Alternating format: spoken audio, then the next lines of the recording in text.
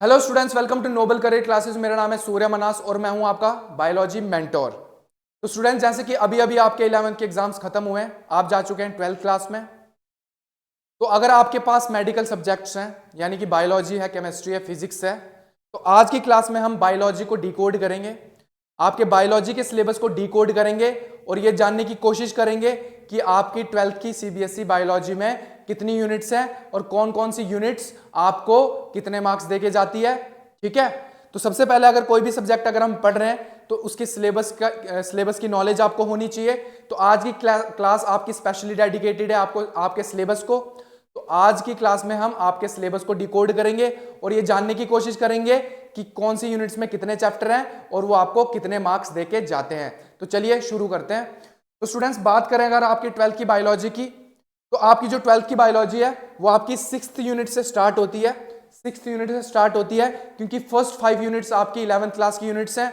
तो आपकी जो बायोलॉजी है 12th क्लास की वो 6th यूनिट से स्टार्ट होती है। मतलब ये आपकी 12th की फर्स्ट यूनिट है, पर ओवरऑल बायोलॉजी को देखें अगर 11th क्लास को ऐड करें तो ये आपकी 6th यूनिट है। तो हम ये फर्स्ट ही मान के चलेंगे क्योंकि 12th क्लास की स्टार्टिंग है ये। ठीक है, तो आपकी जो फर्स्ट यूनिट है बच्चों वो है रिप्रोडक्शन, जो आपको 16 नंबर देके जाती है और इसमें 3 चैप्टर आते हैं जो कि हम नेक्स्ट स्लाइड्स में डिकोड करने की कोशिश करेंगे कि कौन कौन से चैप्टर हैं और कौन कौन से टॉपिक्स है। पहले हम यूनिट वाइज देख लेते हैं। तो फर्स्ट यूनिट आपकी रिप्रोडक्शन है जिससे कि आपको 16 नंबर मिल जाते हैं। बहुत ही मजेदार आसान है यूनिट है। और नेक्स्ट यूनिट है आपकी जेनेटिक्स एंड एवोल्यूशन, जो आपको देके जाती है 20 नंबर। बच्चों को ये बहुत थोड़ा मतलब जिसको समझ नहीं आती उसको बड़ा मतलब हार्ड लगता है जेनेटिक्स पढ़ना। ठीक है, आपने 10th में भी थोड़ा आइडिया ले लिया होगा जेनेटिक्स का, वो इतना ज्यादा है नहीं, मतलब बेसिक है 10th क्लास में। इस वाली जेनेटिक्स में 12th क्लास की जेनेटिक्स में हम इसको उधेड़ के रख देंगे, इसको खोल के रख देंगे। जिसको कुछ भी नहीं आता है उसको भी जेनेटिक्स आएगी। ठीक है, इसको मजेदार बनाएंगे और सारे टॉपिक हम समझेंगे बिल्कुल बेसिक से लेके टॉप तक। ठीक है बच्चों, तो नेक्स्ट यूनिट है आपकी जेनेटिक्स एंड एवोल्यूशन, जो कि आपके एकेडमिक्स के हिसाब से भी बहुत इंपॉर्टेंट है। और आप अगर कॉम्पिटिटिव एग्जाम्स देते हो कोई भी नीट वगैरह, तो उसमें भी ये बहुत ज्यादा क्वेश्चंस आते हैं यहां से। तो ये आपको 20 नंबर देके जाती है। कितने नंबर देके जाती है? 20। नेक्स्ट यूनिट है आपकी बायोलॉजी एंड ह्यूमन वेलफेयर, ये आपको देके जाती है 12 नंबर, इजी है।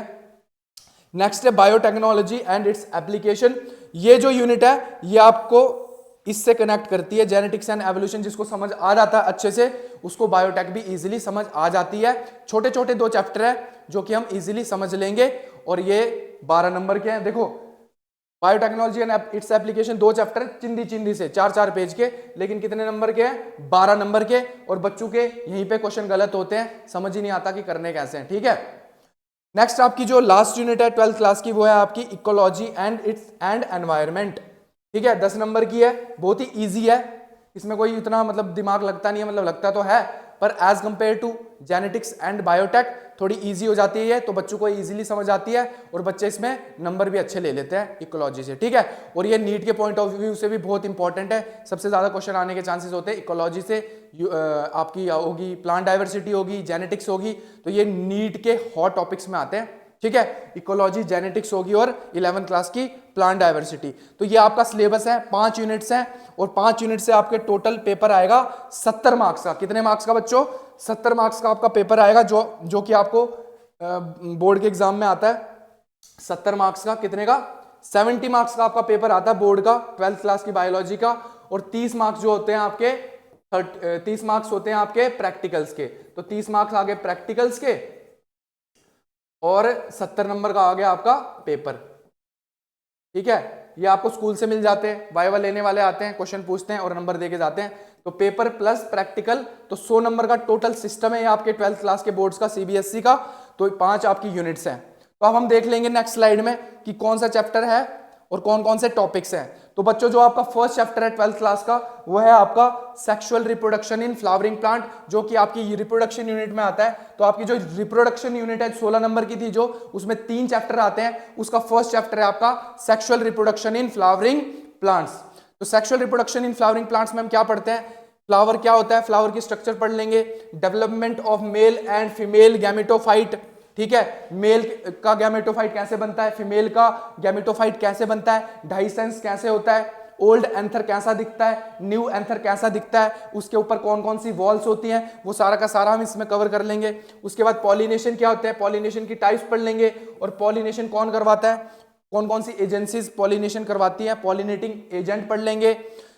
ठीक है, उसके बाद आउट ब्रीडिंग डिवाइसेस क्या होते हैं, पॉलन पिस्टल इंटरेक्शन बहुत ही मजेदार टॉपिक है। पॉलन पिस्टल इंटरेक्शन, जब पॉलन ग्रेन सिग्मा पे पड़ता है तो पॉलन पिस्टल इंटरेक्शन होता है, वो कैसे होता है, उसका पूरा मैकेनिज्म पढ़ेंगे। केमिकल डायलॉग्स क्या होते हैं आप आपस में पॉलन और पिस्टल के बीच, वो सारा कुछ पढ़ेंगे। उसके बाद बहुत इंपॉर्टेंट डबल फर्टिलाइजेशन क्या होता है।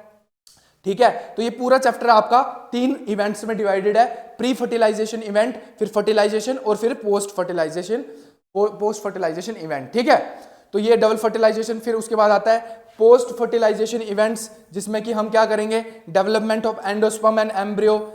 ठीक है, एम्ब्रियो का डेवलपमेंट कैसा होता है, एंडोस्पर्म का डेवलपमेंट कैसा होता है, नरिशमेंट कौन प्रोवाइड करता है एम्ब्रियो को। ठीक है, डेवलपमेंट ऑफ सीड, ठीक है, एंड फॉर्मेशन ऑफ फ्रूट। ठीक है, फ्रूट कैसे फॉर्म होता है, स्पेशल मोड्स, एपोमिक्सिस, जैसे कि कुछ डेफिनेशन है लास्ट में, एपोमिक्सिस क्या होता है, पार्थिनोकार्पी क्या होता है, पॉली एम्ब्रियोनिक क्या होता है, और लास्ट में पढ़ लेंगे हम सिग्निफिकेंस ऑफ सीड डिस्पर्जल। जब सीड डिस्पर्स होकर जगहों पे जाता है तो उसके क्या मायने हैं, उसके क्या फायदे हैं, वो क्यों होता है। ठीक है, तो उसका सिग्निफिकेंस पढ़ेंगे, और फ्रूट कैसे फॉर्म होता है। ठीक है, ट्रू फ्रूट्स क्या होते हैं, फॉल्स फ्रूट क्या होते हैं, वो सारा का सारा देख लेंगे विद एग्जांपल्स। तो ये आपका चैप्टर था, first chapter sexual reproduction in flowering plant, जो कि आपकी फर्स्ट यूनिट रिप्रोडक्शन यूनिट का फर्स्ट चैप्टर है। और नेक्स्ट चैप्टर आपका है बहुत ही मजेदार चैप्टर है, जिसमें बच्चों को सबसे ज्यादा मजा आता है। ठीक है, क्योंकि वो रिलेट करते हैं ना, क्योंकि ह्यूमंस के बारे में चैप्टर का नाम है ह्यूमन रिप्रोडक्शन। तो ह्यूमन रिप्रोडक्शन में बच्चों हम क्या पढ़ते हैं, सबसे पहले आपको पता होना चाहिए male and female reproductive system कैसा दिखता है, उसमें कौन कौन से पार्ट्स होते हैं, उनकी लेबलिंग आनी चाहिए, क्योंकि डायग्रामेटिक क्वेश्चन भी आते हैं, डायग्राम के बेसिस पे भी क्वेश्चन आते हैं। तो सबसे पहले आपको पता होना चाहिए male and female reproductive system क्या होता है विद डायग्राम। उसके बाद microscopic anatomy of testis and ovary, इसमें ट्रांसफर सेक्शन ले लेते हैं हम टेस्टिस का, ओवरी का। टेस्टिस के अंदर क्या क्या डक्ट सिस्टम है, स्पर्म कहां पे प्रोड्यूस होता है और कहां कौन कौन सी डक्ट्स के होते हुए कहां पहुंचता है, इजैकुलेशन क्या होता है, ये सारा का सारा इसमें कवर कर लेंगे हम। टेस्टिस ओवरीज का एनाटॉमी देख लेंगे। उसके बाद गैमेटोजेनेसिस क्या होता है, गैमेटोजेनेसिस में मेल्स में स्पर्मेटोजेनेसिस हो जाता है और फीमेल में oogenesis हो जाता है। स्पर्मेटोजेनेसिस का पूरा प्रोसेस देख लेंगे, oogenesis का पूरा प्रोसेस देख लेंगे। और उसके बाद देखेंगे कि मेंस्ट्रुअल साइकिल जो कि फीमेल्स में होती है वो क्या होती है, उसके कितने फेजेस होते हैं, कौन सा फेज कितने दिन चलता है, कौन से फेज में यूट्रस में क्या होता है, ओवरीज के इवेंट्स पढ़ लेंगे, और उसी दौरान यूट्रस के इवेंट्स भी पढ़ लेंगे। वो सारा का सारा हम मेंस्ट्रुएशन साइकिल में कवर करते हैं। और लास्ट में फर्टिलाइजेशन और एम्ब्रियो डेवलपमेंट पढ़ लेंगे। उसके बाद ब्लास्टोसिस्ट फॉर्मेशन, जब एक बार फर्टिलाइजेशन हो गया उसके बाद ब्लास्टोसिस्ट फॉर्म हो गया, इम्प्लांटेशन हो गया, प्रेगनेंसी स्टार्ट होगी। प्रेगनेंसी में कितने मंथ्स की प्रेगनेंसी होती है, कितने ट्राइमेस्टर्स होते हैं, कौन से मंथ में क्या बच्चे का क्या चीज बनती है, वो सारा का सारा हम प्रेगनेंसी में देख लेंगे। उसके बाद प्लेसेंटा फॉर्मेशन, प्लेसेंटा फॉर्मेशन कैसे होती है और प्लेसेंटा फॉर्मेशन के क्या मायने हैं, उसके क्या फायदे हैं, वो कौन कौन से हार्मोन्स रिलीज करती है और वो बच्चे के लिए कैसे फायदेमंद होती है, वो सारा का सारा हम प्लेसेंटा फॉर्मेशन में पढ़ लेंगे। फिर बेसिक आइडिया लेंगे हम पार्चुरेशन का, ठीक है, और लास्ट में लैक्टेशन का बेसिक आइडिया लेके ये पूरा चैप्टर समाप्त हो जाता है। बहुत ही मजेदार चैप्टर है और इसको और इंटरेस्टिंग बना के पढ़ाई करेंगे हम। तो आपका जो थर्ड चैप्टर है बच्चों वो है रिप्रोडक्टिव हेल्थ।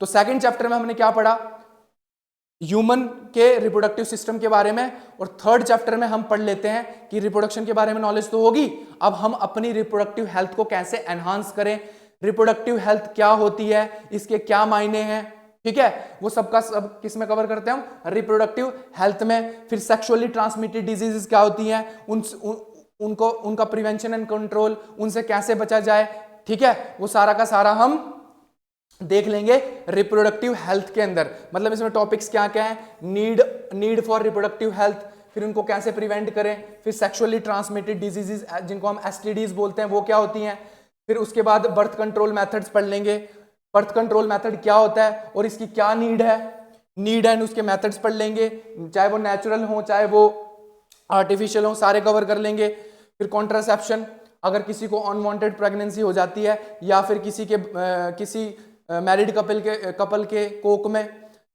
जेनेटिकली डिसऑर्डर्ड बच्चा है तो उसको मेडिकल टर्मिनेट कैसे करें, मेडिकली टर्मिनेट कैसे करें, वो हम कवर कर लेते हैं मेडिकल टर्मिनेशन ऑफ प्रेगनेंसी, जिसको हम बोलते हैं एमटीपी। तो एमटीपी में कवर हो जाता है मेडिकल टर्मिनेशन ऑफ प्रेगनेंसी। ठीक है, ठीक है बच्चों। तो नेक्स्ट इंपॉर्टेंट टॉपिक है अमीनोसेंटेसिस।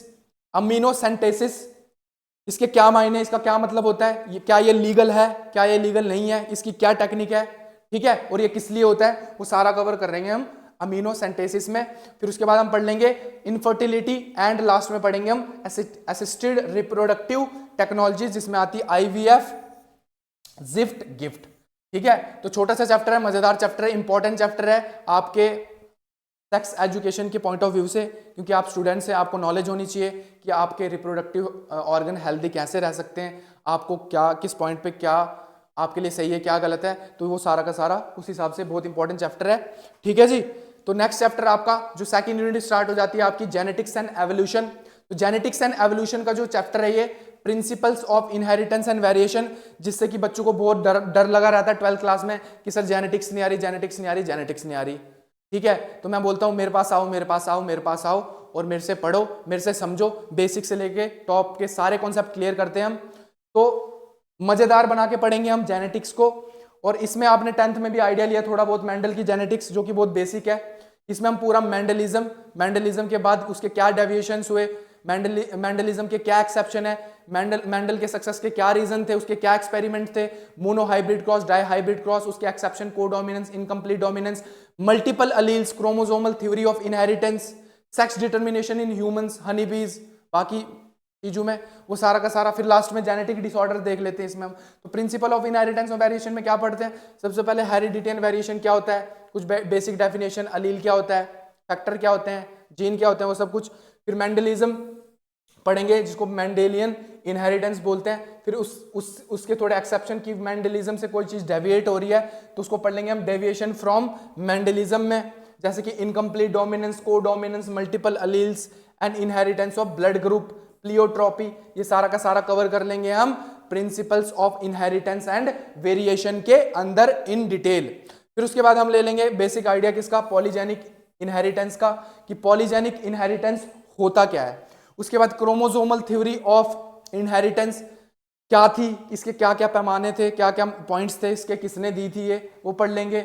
उसके बाद क्रोमोसोम एंड जीन्स के बारे में आइडिया लेंगे। फिर लास्ट में पढ़ेंगे हम sex determination in humans, birds, honey bee, linkage क्या होता है, very very very important topic, linkage and crossing over. बच्चों को चार्ट ही समझ नहीं आता इसका, एनसीईआरटी देख के डर जाते हैं, इसको डिटेल में लेंगे। ठीक है, कि लिंकेज क्या होता है, बिल्कुल सारा कवर करेंगे, लिंकेज एंड क्रॉसिंग ओवर, और ये क्यों हेल्पफुल है। ठीक है, फिर लास्ट में सेक्स लिंक्ड इनहेरिटेंस, जैसे कि haemophilia, colour blindness, Mendelian disorders humans के अंदर देख लेंगे, जैसे कि थैलेसीमिया, क्रोमोसोमल डिसऑर्डर्स ह्यूमंस में देख लेंगे, जैसे कि डाउन सिंड्रोम एंड क्लाइनर फेल्टर सिंड्रोम। तो ये सारे के सारे टॉपिक्स जेनेटिक्स के अंदर कवर हो जाते हैं। ठीक है, और इस यूनिट का हमारा जो नेक्स्ट चैप्टर है वो है हमारा बच्चों क्या, मॉलिक्यूलर बेसिस ऑफ इनहेरिटेंस। तो हमने पिछले चैप्टर में पढ़ा था कि एक जनरेशन से दूसरी जनरेशन में कुछ ना कुछ ट्रांसफर होता है, जिसको मेंडल ने फैक्टर बोला था, और आज की भाषा में हम उसको बोलते हैं जीन। ठीक है, और इस चैप्टर में उस जीन को, उस फैक्टर को, उसका जो मॉलिक्यूलर बेसिस है वो बनता कैसे है, वो है क्या, उसका केमिकल नेचर क्या है ना, उसके क्या क्या कंपोनेंट्स हैं, वो सारा का सारा इस चैप्टर में हम कवर कर लेते हैं, इसलिए ये भी जेनेटिक्स के अंदर आता है। ठीक है जी, मॉलिक्यूलर बेसिस ऑफ इनहेरिटेंस में टॉपिक कवर करते हैं हम, डीएनए क्या होता है, फिर सर्च ऑफ जेनेटिक मटेरियल, अलग अलग साइंटिस्ट आए, उन्होंने एक्सपेरिमेंट्स किए और बताया कि देखो ये है हमारा जेनेटिक मटेरियल। तो उसमें अलग अलग एक्सपेरिमेंट पढ़ेंगे, 3 एक्सपेरिमेंट है वो डिटेल में लेंगे। फिर आरएनए क्या होता है, आरएनए का पूरा वर्ल्ड, फिर हम कंपेयर भी करेंगे कि डीएनए ज्यादा अच्छा जेनेटिक मटेरियल है कि आरएनए, और पहले जेनेटिक मटेरियल क्या था, आरएनए था कि डीएनए था, वो भी देखेंगे। फिर दोनों की आरएनए और डीएनए को कंपेयर करेंगे। फिर ट्रांसक्रिप्शन देखेंगे हम, रेप्लिकेशन देखेंगे कि डीएनए से डीएनए कैसे बनता है, उसका क्या प्रोसेस है, कौन कौन से उसमें जो एंजाइम्स हैं वो काम आते हैं। ठीक है, डीएनए को कैसे काटा जाता है। ठीक है, सेमी कंजर्वेटिव नेचर क्या होता है, transcription, genetic code translation, transcription में फिर डीएनए से आरएनए कैसे बनता है, सेंट्रल डोग्मा भी इसी में आ जाता है। जेनेटिक कोड क्या होता है, ट्रांसलेशन। फिर अब हमने डीएनए से बना डीएनए, उसको बोल दिया हमने रेप्लिकेशन। फिर डीएनए से बना आरएनए, उसको बोल दिया ट्रांसक्रिप्शन। ट्रांसक्रिप्शन में जब आरएनए बन गया, आरएनए से बनाया हमने प्रोटीन, उसको बोल दिया हमने ट्रांसलेशन। डिटेल में पढ़ेंगे, मजेदार चैप्टर है, बहुत ही इंटरेस्टिंग चैप्टर है। मेरे को तो बहुत मजा आता है इस चैप्टर को पढ़ाने में, और मेरा one of the favourite chapter है ये बायोलॉजी का, तो बड़ा मजा आता है भाई मेरे को इसको पढ़ाने में। उसके बाद एक जीन कैसे रेगुलेट होती है, जीन के कैसे, जीन अपने आप को कैसे, जीन स्विच ऑन कैसे होती है, जीन स्विच ऑफ कैसे होती है, क्यों होती है, कैसे होती है, वो भी देख लेंगे इसमें हम, ठीक है। और लास्ट में पढ़ेंगे ह्यूमन जीनोम प्रोजेक्ट, और लास्ट में पढ़ेंगे very very very important DNA finger printing, ठीक है बच्चों। ये था आपका कौन सा chapter, 5th chapter, molecular basis of inheritance. Molecular basis of inheritance, मजेदार चैप्टर है। अच्छा जी, नेक्स्ट चैप्टर है आपका 6th चैप्टर, जिसको हम बोलते हैं एवोल्यूशन। तो देखो कितना मतलब सिस्टमैटिक तरीका है। मतलब 5th चैप्टर में हमने पढ़ा कि कुछ ट्रांसफर होता है, 6th चैप्टर में पढ़ा कि वो क्या ट्रांसफर होता है, फिर वो ट्रांसफर होगा तो उससे एवोल्यूशन भी होगा, वेरिएशन आएंगे, और वेरिएशन होगा तो एवोल्यूशन होगा। एवोल्यूशन, फिर छठा चैप्टर आ गया एवोल्यूशन। इसमें हम पढ़ लेंगे कि एक यूनिवर्स कैसे फॉर्म हुआ, बिग बैंग थ्योरी क्या थी, लाइफ फॉर्म कैसे आई, प्री लाइफ फॉर्म, जो लाइफ से पहले का जो टाइम था वो कैसा था, धरती कैसी थी, धरती की कंडीशन क्या थी, क्या गर्मी थी, क्या सर्दी थी, टेम्परेचर कितना था, कौन कौन से केमिकल्स थे, कौन कौन से बायोमोलिक्यूल्स थे जिनसे कि लाइफ आई, ठीक है। लाइफ कैसे ओरिजिनेट हुई वो पढ़ते हम एवोल्यूशन में। तो फिर लाइफ एक बार आ गई तो फिर उसमें क्या हुए, वेरिएशंस हुए, एवोल्यूशन हुआ। फिर ह्यूमन बीइंग आया, फिर ह्यूमन बीइंग में भी एवोल्यूशन हुआ। तो वो सारा का सारा हम पढ़ लेते हैं एवोल्यूशन के अंदर। तो इसके अंदर क्या क्या टॉपिक्स हैं, सबसे पहले हम कवर करेंगे ओरिजिन ऑफ लाइफ, कि धरती के ऊपर लाइफ कैसे आई, यूनिवर्स कैसे फॉर्म हुआ। फिर आएगा बायोलॉजिकल एवोल्यूशन, फिर उसके एविडेंसेस, मतलब हवा में बातें नहीं की जा रही, मतलब एवोल्यूशन हो रहा है उसके पीछे एविडेंसेस हैं, तो वो भी कवर कर लेते हैं हम किसमें, एविडेंसेस फॉर बायोलॉजिकल एवोल्यूशन, ठीक है। उसके बाद डार्विन कंट्रीब्यूशन, डार्विन साइंटिस्ट था, उसने क्या क्या अपने एवोल्यूशन में कंट्रीब्यूट किया है। फिर मैकेनिज्म ऑफ एवोल्यूशन देख लेंगे, वेरिएशन ऑफ नेचुरल सिलेक्शन क्या होता है, नेचुरल सिलेक्शन का आपको 10th में भी थोड़ा बहुत आइडिया दिया जाता है। जीन फ्लो क्या होता है, जेनेटिक ड्रिफ्ट क्या होती है, फिर हार्डी विनबर्ग प्रिंसिपल, और लास्ट में adaptive radiation and human evolution. तो अलग अलग ह्यूमंस के बारे में पढ़ेंगे, ठीक है, कि पहले हम गुफाओं में रहते थे, फिर क्या से क्या हुआ, वो सारी हिस्ट्री कवर कर लेते हैं हम एवोल्यूशन चैप्टर के अंदर। उसके बाद नेक्स्ट चैप्टर है बच्चों बायोलॉजी, नेक्स्ट यूनिट है आपकी स्टार्ट, ये आपकी 2 यूनिट कंप्लीट हो चुकी है। First is reproduction, second is genetics and evolution, और 3rd यूनिट आपकी स्टार्ट हो जाती है जो है बायोलॉजी एंड ह्यूमन वेलफेयर। इसका आता है 7वां चैप्टर, जिसका नाम है ह्यूमन हेल्थ एंड डिजीजेज।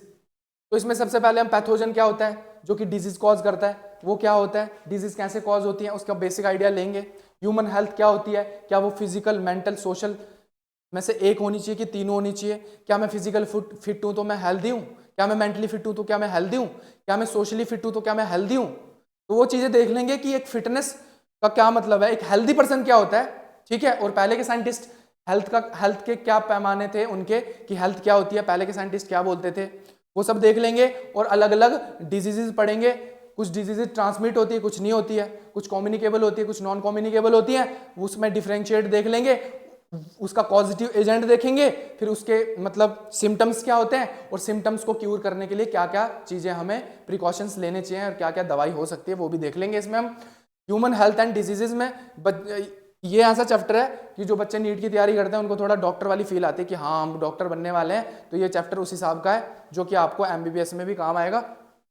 वो तो सारे काम आएंगे वैसे तो, जो जूलॉजी के हैं वो तो यूज होते ही हैं, ठीक है। तो ह्यूमन हेल्थ एंड डिजीज में बच्चों हम पढ़ लेते हैं pathogens, parasites and human diseases क्या होते हैं, malaria, dengue, chikungunya, filariasis, ascariasis, typhoid, pneumonia, common cold, amoebiasis, ringworm and उसका कंट्रोल, उसको कंट्रोल कैसे करें। फिर हम पढ़ेंगे कंसेप्ट ऑफ इम्यूनोलॉजी, उसका बेसिक कॉन्सेप्ट पढ़ लेंगे हम, बेसिक कॉन्सेप्ट ऑफ इम्यूनोलॉजी, ठीक है। इम्यूनाइजेशन क्या होता है, वैक्सीनेशन क्या होता है, ये क्यों जरूरी है, इसके क्या प्रिंसिपल्स हैं, किस बेसिस पे हम वैक्सीनेशन करते हैं, वो सब पढ़ लेंगे हम किसके अंदर, कॉन्सेप्ट ऑफ इम्यूनोलॉजी, वैक्सीन। फिर डिटेल में लेंगे कैंसर को डिटेल में लेंगे, HIV एंड एड्स को डिटेल में लेंगे, और लास्ट में पढ़ेंगे हम adolescence, drug and alcohol abuse, कि जो टीनेजर होते हैं उन पे पीयर प्रेशर होता है, 100 चीज़ें हैं, 100 चीज़ें हैं, 100 प्रेशर है, नीट का प्रेशर है, 12th क्लास में अच्छे नंबर लाने का प्रेशर है, तो वो घुस जाते हैं किसमें, अल्कोहल अब्यूज़ में, ड्रग अब्यूज़ में।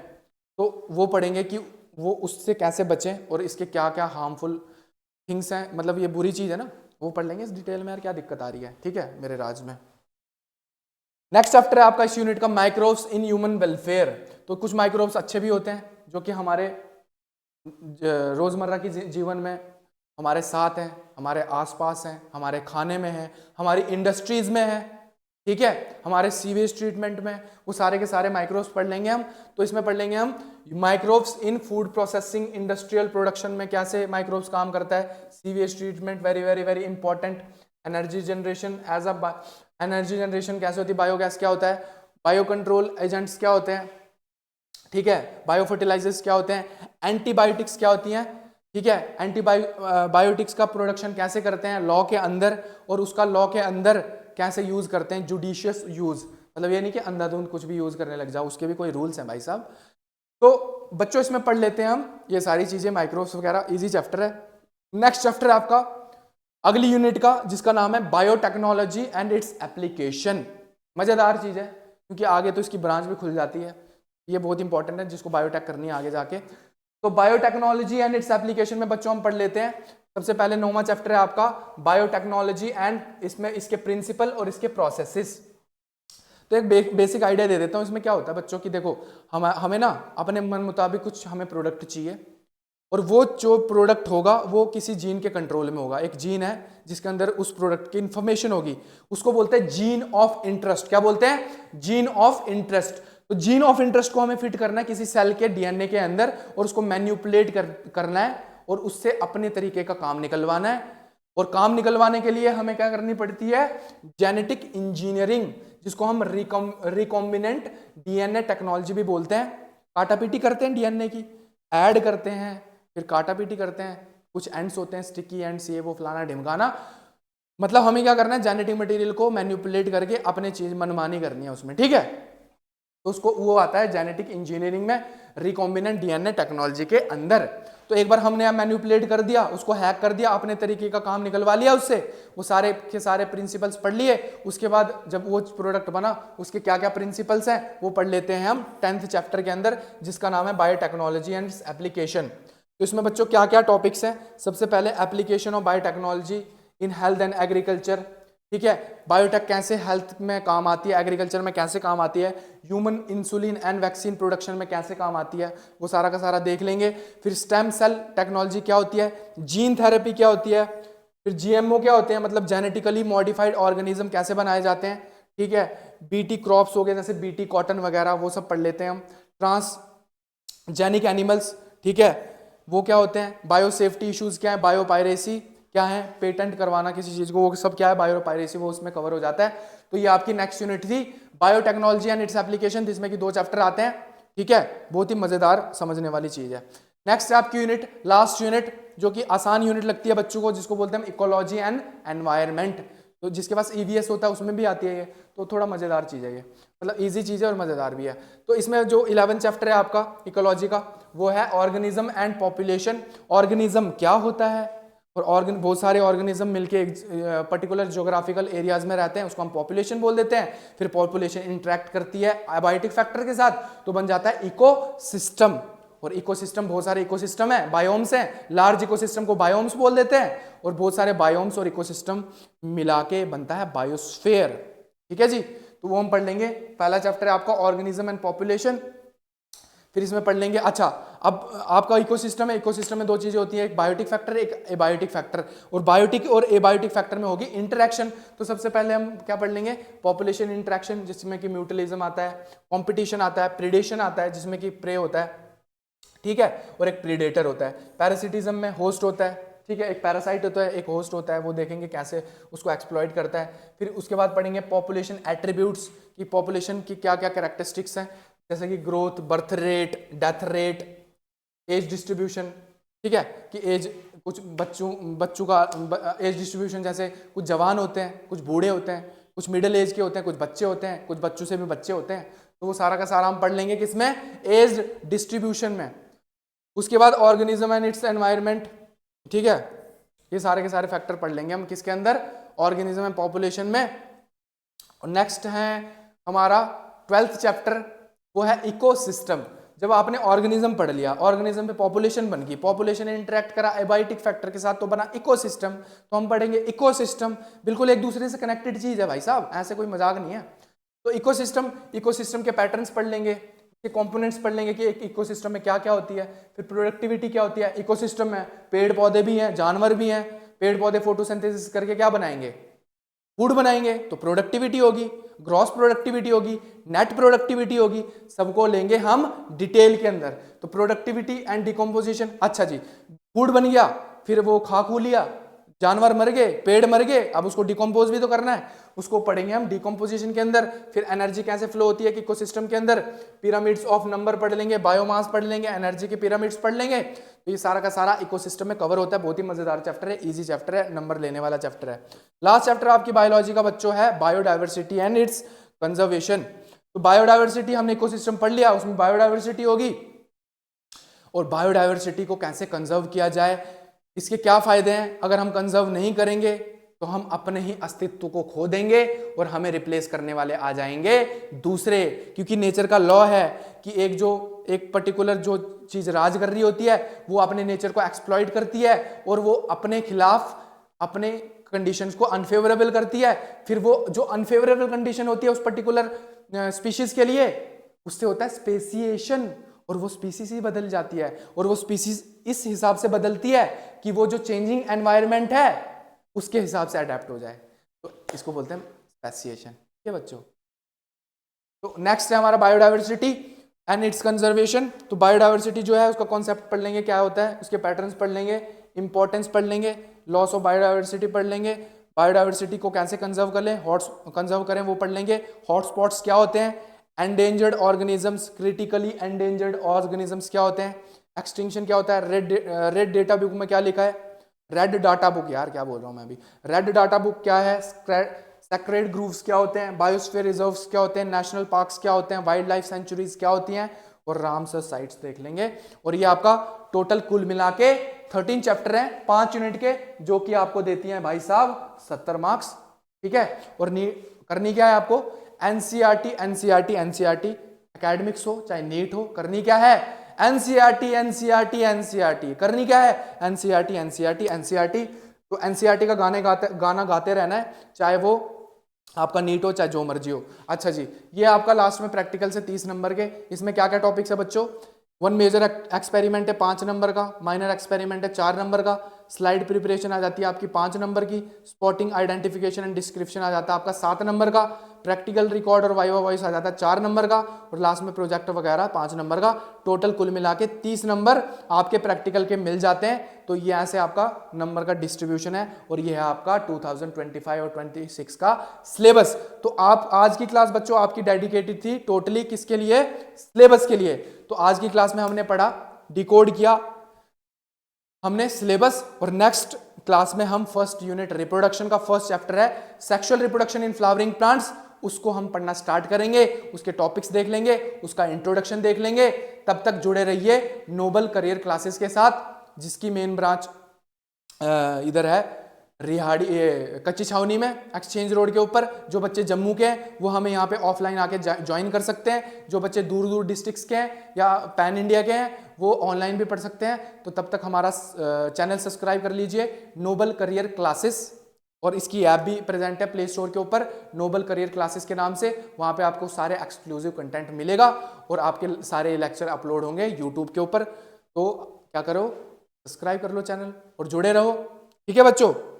और ये सिलेबस सारा का सारा कहाँ से मिला है मेरे को, cbseacademics.nic.in पे, वो इनकी ऑफिशियल वेबसाइट है, वहाँ पे भी जाके आप दे सकते हो और रीचेक कर सकते हो। ठीक है जी। तो थैंक यू सो मच, पढ़ते रहिए, खुश रहिए। मिलते हैं नेक्स्ट क्लास में, जो कि आपकी होगी sexual reproduction in flowering plants की। तब तक जय हिंद, जय Bharat. Thank you so much.